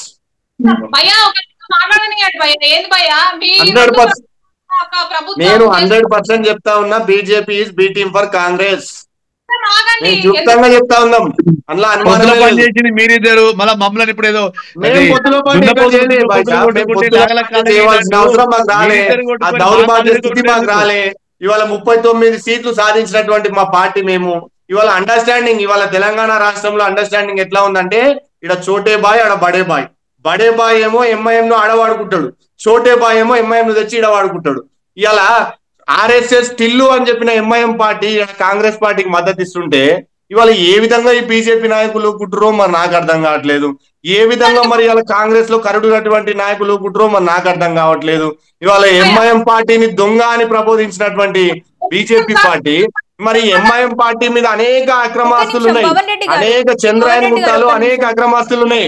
మరి ఏ ఆస్తుల మీద ఐటీ రైట్ జరగదు, ఏ ఆస్తుల మీద ఈడీ రైట్ జరగదు, ఏ ఆస్తుల మీద ఏసీబీ ఎంక్వైరీలు జరగవు, సిపిఐ ఎంక్వైరీలు జరగవు. మరి ఇవాళ ఎవరు తొత్తులో, ఎవరు బి టీమో. ఇవాళ బీజేపీకి ఏమో కేంద్రంలో ఎంఐఎం బి టీం, ఇవాళ కాంగ్రెస్ కేమో రాష్ట్రంలో ఎంఐఎం బి టీం. ఇవాళ ఎవరికి బి టీము, ఎవరికి బి టీము ఒకసారి ప్రజల్ని అన్ని గమనిస్తా ఉన్నారు, ప్రజలు తెలుసుకుంటారు. ఈ గడిచిపోయినటువంటి 10 సంవత్సరాల్లో ఎంఐఎం బీఆర్ఎస్ పార్టీతో దోస్తీ చేయలేదు. కేసీఆర్ ను అసౌద్దీన్ ఓవైసీ గారు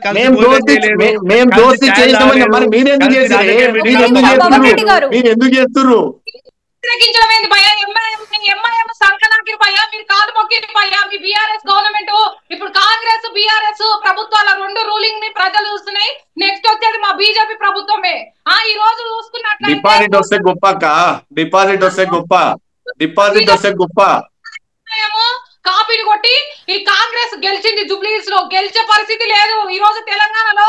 ఎందుకు గెలిచింది? బీజేపీ ఫెయిల్ అయింది కాబట్టి కాంగ్రెస్ గెలిచింది. వాళ్ళ మీ అసమర్థ పాలన, మీరు ఒక ఎలక్షన్ కమిషన్ హెచ్చరించలే కాబట్టి బీజేపీ లైట్ తీసుకుంటే కాంగ్రెస్ గెలిచింది అక్కడ. ఇవాళ చోరులు వీళ్ళు మొత్తం తెలంగాణలో బీఆర్ఎస్ కాంగ్రెస్ కు మించిన చోరులు ఇంతకంటే గొప్ప, ఇంతకంటే ఎక్కువ ఎవరు లేరు, ఏ పార్టీలో లేరు మేడం. వీళ్ళు మాట్లాడతారా మేడం?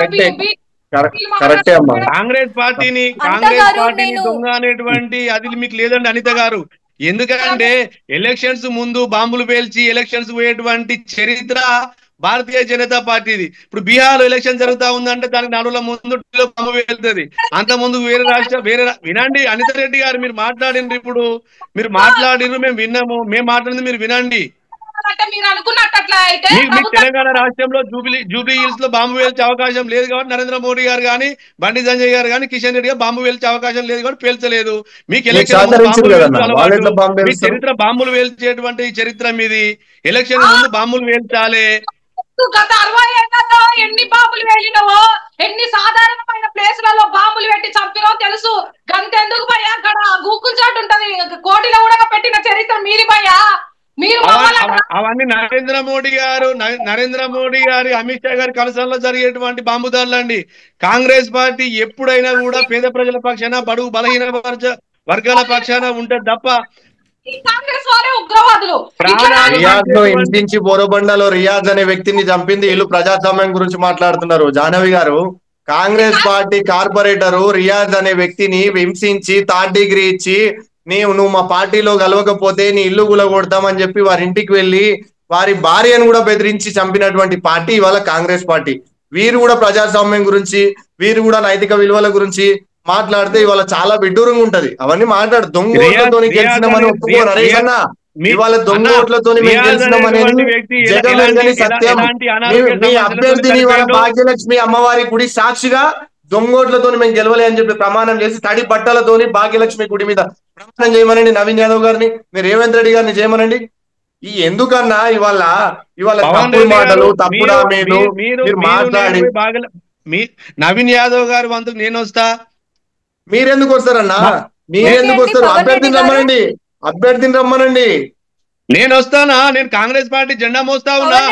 టిఆర్ఎస్ కార్యకర్తవు, ఆల్రెడీ టిఆర్ఎస్ కార్యకర్త అన్న. నేను రక్తంలో మా పింక్ బ్లడ్ ప్రవహిస్తా ఉంది. కాకపోతే నువ్వు కాంగ్రెస్ పోయినావు కాబట్టి, కండువా మార్చినావు కాబట్టి కొంచెం ఆ అవశేషాలు దాంట్లో ఊగిసలాడుతూ ఉన్నాయి. నువ్వు మా అభ్యర్థి, మా క్యాండిడేట్ నువ్వు ప్రమాణం తినొచ్చు, కానీ నువ్వు మా అభ్యర్థివి. నీకు అర్థం కావట్లేదు. నువ్వు మా పక్షాన ప్రమాణం తింటున్నావు, నాకు అర్థమైంది. కానీ మీ అభ్యర్థి వచ్చి ప్రమాణం తింటే ఆవిడ మంచిగా ఉంటది అని చెప్పి నా ఆవేదన, అంతే. నేను చెప్పేది ఏంటంటే, వెన్నుపోటుదారులు ఏ విధంగా ఉంటారు అనేటువంటిది లేట్ గా తెలుసుకున్నాను. నేను బీఆర్ఎస్ పార్టీలో పనిచేసింది 6 నెలలైనా కాంగ్రెస్ లో కూడా అదే వెన్నుపోటు నరేష్, కాంగ్రెస్ లో కూడా నీకు అదే వెన్నుపోటు రాబోతుంది, అదే వెన్నుపోటు రాబోతా ఉంది. బీఆర్ఎస్ పార్టీలో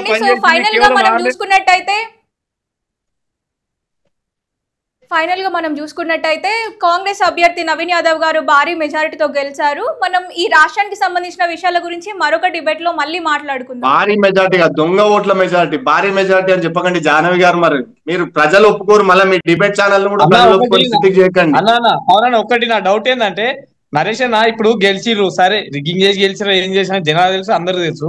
ఇప్పుడు జూబ్లీస్ ప్రజలకు కాంగ్రెస్ ప్రభుత్వం ఇచ్చిన హామీ ఇదేనా? 150 కోట్ల సంక్షేమ పథకాలు చేస్తాం జూబ్లీస్ అభివృద్ధి పనులు అని చెప్పి మాట ఇచ్చిండు. ఆ 150 కోట్ల గురించి 3 ఏళ్లు గల్లా పట్టుకొని కాంగ్రెస్ పార్టీ నిలదీస్తాం. చెప్పండి అన్న, ఇప్పుడు ఇచ్చిన హామీల కన్నా కనీసం జూబ్లీస్ ప్రజలకు ఇండ్లు లేక, బోరబండలో రోడ్లు లేక, యూసుఫ్గూడలో రోడ్లు లేక, ఎన్నో డ్రైనేజ్ వ్యవస్థ బాలేక, కమ్యూనిటీ హాల్స్ లేక, కాలేజీలు లేక గవర్నమెంట్వి, ఇక్కడ వినండి ప్రైవేట్ స్కూల్స్ వల్ల బిల్డింగ్లు పడిపోయేంత సిచ్యువేషన్, హై స్కూళ్ళల్లా ఇవన్నీ ఉన్నాయి. నేను చదువుకున్న జవహర్లాల్లోనే హాస్టల్లా ఎన్నో ప్రాబ్లమ్స్ ఉన్నాయి. కనీసం కరెంటు స్తంభాలు అయితే చాలా ఘోరంగా ఇళ్ళకు కత్తుకొని మరీ ఉన్నాయి. జనాల భారత రాష్ట్ర సమితి ఆ విధంగా పరిపాలించింది వినయ్ భాయ్. కాలేజీలు లేకుండా కళాశాలకు మాగంటి గోపీనాథ్ గారు ఎమ్మెల్యేగా ఉన్నటువంటి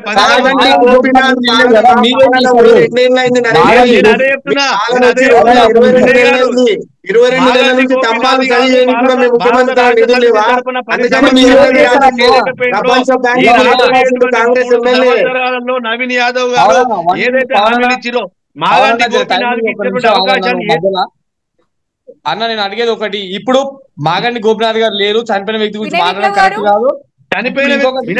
చనిపోయిన వ్యక్తి గురించి రాజకీయ ఎలక్షన్స్ వచ్చినాయండి. మన వినయ్ గారు చెప్తున్నా వినండి. ఇప్పుడు 10 సంవత్సరాలు మీరు ప్రశ్న అడిగింది వినయ్ గారు,